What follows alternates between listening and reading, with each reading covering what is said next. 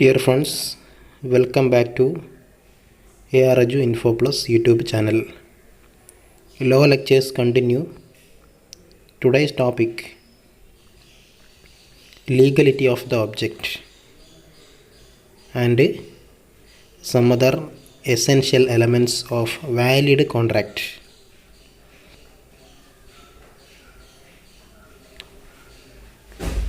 കഴിഞ്ഞ ക്ലാസ്സുകളിൽ പ്രധാനപ്പെട്ട വിശദീകരണം കൂടുതൽ ആവശ്യമായിട്ടുള്ള എലമെൻസുകളെക്കുറിച്ചാണ് നമ്മൾ ഡിസ്കസ് ചെയ്ത് പോന്നിരുന്നത്. ഇന്നത്തെ ക്ലാസ്സിൽ മറ്റ് ചില എസെൻഷ്യൽ എലമെൻസുകൾ കൂടെ ബാക്കിയുള്ള 4 എലമെൻസുകളും ഒറ്റ ക്ലാസ്സിൽ വിശദീകരിക്കുകയാണ്. Next one is legality of the object. The object of the agreement is the purpose for which the agreement is entered into. ഒരു ഉടമ്പടിയുടെ ലക്ഷ്യം എന്ന് പറയുന്നത് എന്തൊരു കാര്യത്തിന് വേണ്ടിയിട്ടാണോ ഉടമ്പടി ഉണ്ടാക്കുന്നത് ആ കാര്യമാണ്. According to section 23, object or consideration of an agreement is unlawful in the following cases. First of all, if it is forbidden by law. എഗ്രിമെൻറ്റിൻ്റെ object purpose if it is forbidden by law, ഏതെങ്കിലും ഒരു നിയമം വിലക്കപ്പെട്ട കാര്യമാണ് ഉടമ്പടിയുടെ ലക്ഷ്യം എങ്കിൽ agreement വോയിഡാണ്. Okay. An agreement to do an act prohibited by law or made punishable by criminal law is unlawful. Such agreements are void. Clear? അതാണ് ഒരു എഗ്രിമെൻ്റ് ഒരു നിയമം മൂലം വിലക്കപ്പെട്ട രൂപത്തിലുള്ള ലക്ഷ്യമാണ് വെക്കുന്നതെങ്കിൽ ആ എഗ്രിമെൻ്റ് അസാധുവാണ്. ഓക്കെ. ഉദാഹരണത്തിന്, A agrees to give his minor daughter in marriage to B. Agreement is to do an act prohibited by law is void.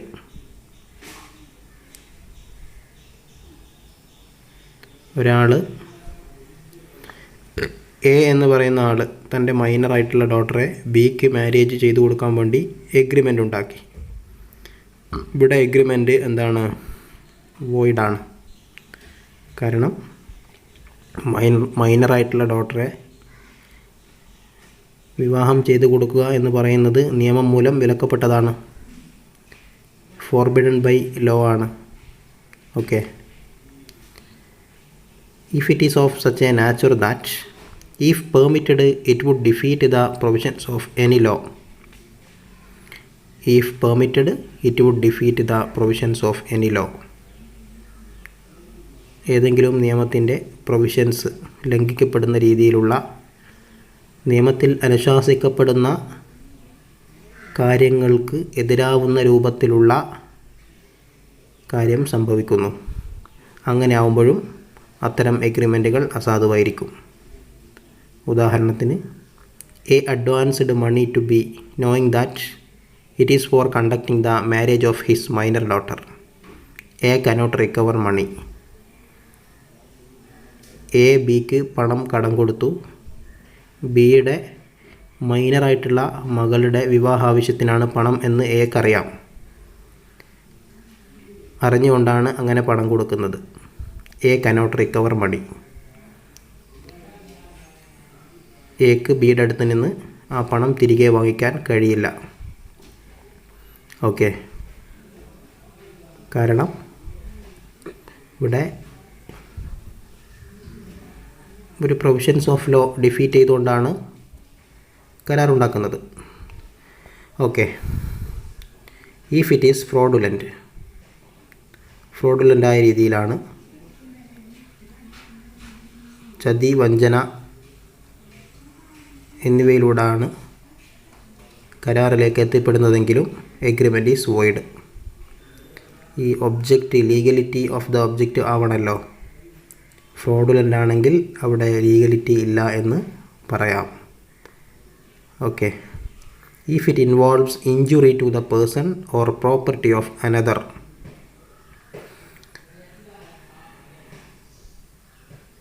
വ്യക്തിഹത്യ നടത്തുന്ന രൂപത്തിലുള്ള അല്ലെങ്കിൽ സ്വത്തുക്കൾക്ക് നാശം സംഭവിക്കുന്ന രൂപത്തിലുള്ള ഇടപാടുകൾ. ഉദാഹരണത്തിന് A hose ₹1000 to B. A agrees to do manual labor to B until the debt is repaid. Here agreement is void. A ബിക്ക് 1000 രൂപ കൊടുക്കാനുണ്ട്. അപ്പോൾ എക്കാണെങ്കിൽ ഇപ്പോൾ പെട്ടെന്ന് കൊടുക്കാൻ കഴിയുന്നില്ല. അങ്ങനെ കൊടുക്കാൻ കഴിയാതെ വന്നപ്പോൾ എ ബിക്ക് വാക്ക് കൊടുക്കുകയാണ്. ബിയുമായിട്ട് എ ഉടമ്പടി ഉണ്ടാക്കുകയാണ്. പണം തിരികെ തരുന്നത് വരെ നിൻ്റെ വീട്ടു ജോലികൾ ഞാൻ ചെയ്തു തരാം. അങ്ങനെ ഉണ്ടാക്കിയ എഗ്രിമെൻറ്റ് വോയിഡാണ്. Okay. Injury to the person. Okay. അങ്ങനെ ആവാനും പാടില്ല. If it is immoral. Immoral agreements are agreements to do an act which is opposite to public morals. അധാർമികമായ രൂപത്തിലുള്ള എഗ്രിമെൻറ്റുകൾ. ധാർമ്മികത എന്ന് നമ്മൾ പറയാറുണ്ടല്ലോ. പൊതുവെ അത്തരം ധാർമ്മികതകൾക്ക് എതിരാവുന്ന രൂപത്തിലുള്ള ഉടമ്പടികളും എന്താണ്? അസാധുവാണ്. Immoral agreements are void. ഉദാഹരണത്തിന് A agrees to give his house to B on a monthly rent of ₹1000 for conducting prostitution. A cannot recover rent from B. A തൻ്റെ വീട് ബിക്ക് വാടക കൊടുക്കുകയാണ്. ₹10,000 മന്ത്ലി വാങ്ങിക്കുന്നു.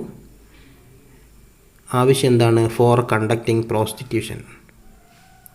സെക്സ് ആക്റ്റുകൾക്കാണ്, അത്തരം ബിസിനസ്സിൽ ഏർപ്പെട്ടിരുന്ന ആളുകൾക്കാണ് വാടക കൊടുക്കുന്നത്. ബി അത്തരം ബിസിനസ്സാണ് നടത്തുന്നത്. അങ്ങനെയാണെങ്കിൽ എക്ക് ബിയുടെ അടുത്ത് നിന്നും റെൻറ്റ് വാങ്ങിക്കാൻ കഴിയില്ല. A cannot recover rent from B. കാരണം അവിടെ ഇമ്മോറൽ എഗ്രിമെൻറ്റ്സ് ആണ്. വീട് വാടക കൊടുത്തത് പ്രോസ്റ്റിറ്റ്യൂഷൻ ബിസിനസ്സിന് വേണ്ടിയിട്ടാണ്. അതെന്താണ്? ഇമ്മോറലാണ്. ഇമ്മോറൽ എഗ്രിമെൻറ്റ്സ് ആണ്. Okay. If it is opposite to public policy. Public പോളിസിക്ക് എതിരാവുന്ന രൂപത്തിലുള്ള കരാറുകൾ ഏതൊക്കെയാണെന്ന് അടുത്ത ക്ലാസ്സിൽ വിശദമായി നമ്മൾ കാണും. പബ്ലിക് പോളിസിക്ക് എതിരാവുന്ന കരാറുകൾ ഏതൊക്കെയാണ് എന്ന് വിശദമായിട്ട് പറയാം. ഓക്കെ. പബ്ലിക് പോളിസിക്ക് എതിരാവുന്ന രൂപത്തിലുള്ള കരാറാണെങ്കിലും അവിടെ എഗ്രിമെൻറ്റുകൾ വോയിഡാണ്. അത് പിന്നീട് ഒരു വാലിഡ് കരാറിലേക്ക് കലാശിക്കുന്നില്ല. Okay. These are all about legality of the object.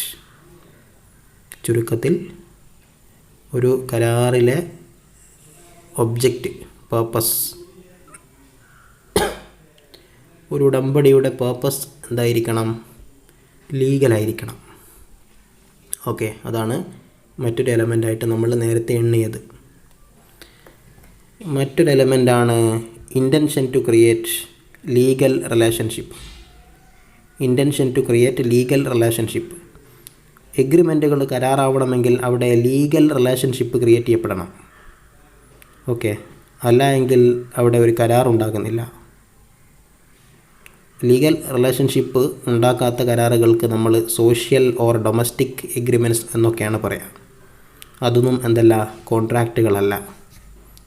Okay. ഉദാഹരണത്തിന് എ ബിയെ തൻ്റെ വീട്ടിലേക്ക് ഡിന്നർ പാർട്ടിക്ക് വേണ്ടി ക്ഷണിച്ചു. ഓക്കെ. ഒരു ഡേ പറഞ്ഞു.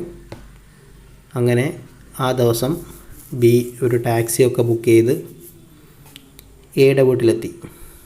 എന്നാൽ A did not give dinner. A dinner കൊടുത്തില്ല. അവിടെ തന്നെ കബളിപ്പിച്ചത് കൊണ്ട് ബിക്ക് നടപടിയെടുക്കാൻ കഴിയുമോ? ഇല്ല. കാരണം അവിടെ ഒരു സോഷ്യൽ ഓർ ഡൊമസ്റ്റിക് എഗ്രിമെൻറ്റ്സ് ആണ്. ലീഗൽ റിലേഷൻഷിപ്പ് ഉണ്ടാക്കാൻ ഉള്ള ഉദ്ദേശത്തിലല്ല ഇവിടെ ഉണ്ടാക്കിയ എഗ്രിമെൻറ്റ്. മറ്റൊരു ഉദാഹരണമാണ് C promises to take D for a picture. As promised C did not take D for the picture. C ഡിയോട് പറഞ്ഞു ഒരു സെൽഫി എടുക്കാമെന്ന് പറഞ്ഞു. എൻ്റെ കൂടെ നിനക്ക് എന്ത് ചെയ്യാം, ഒരു സെൽഫി എടുക്കാം, ഒരു പിക്ചർ എടുക്കാമെന്ന് പറഞ്ഞു. അങ്ങനെ ഇതൊക്കെ പ്രതീക്ഷിച്ച് നിൽക്കുമ്പോൾ സി കൂട്ടാക്കിയില്ല. ഡിയുടെ കൂടെ പിക്ചർ എടുക്കാൻ കൂട്ടാക്കിയില്ല. ഓക്കെ. അപ്പോൾ ഈ കേസുകളിലൊക്കെ അവിടെ എന്തില്ല, there is no intention to create legal relationship.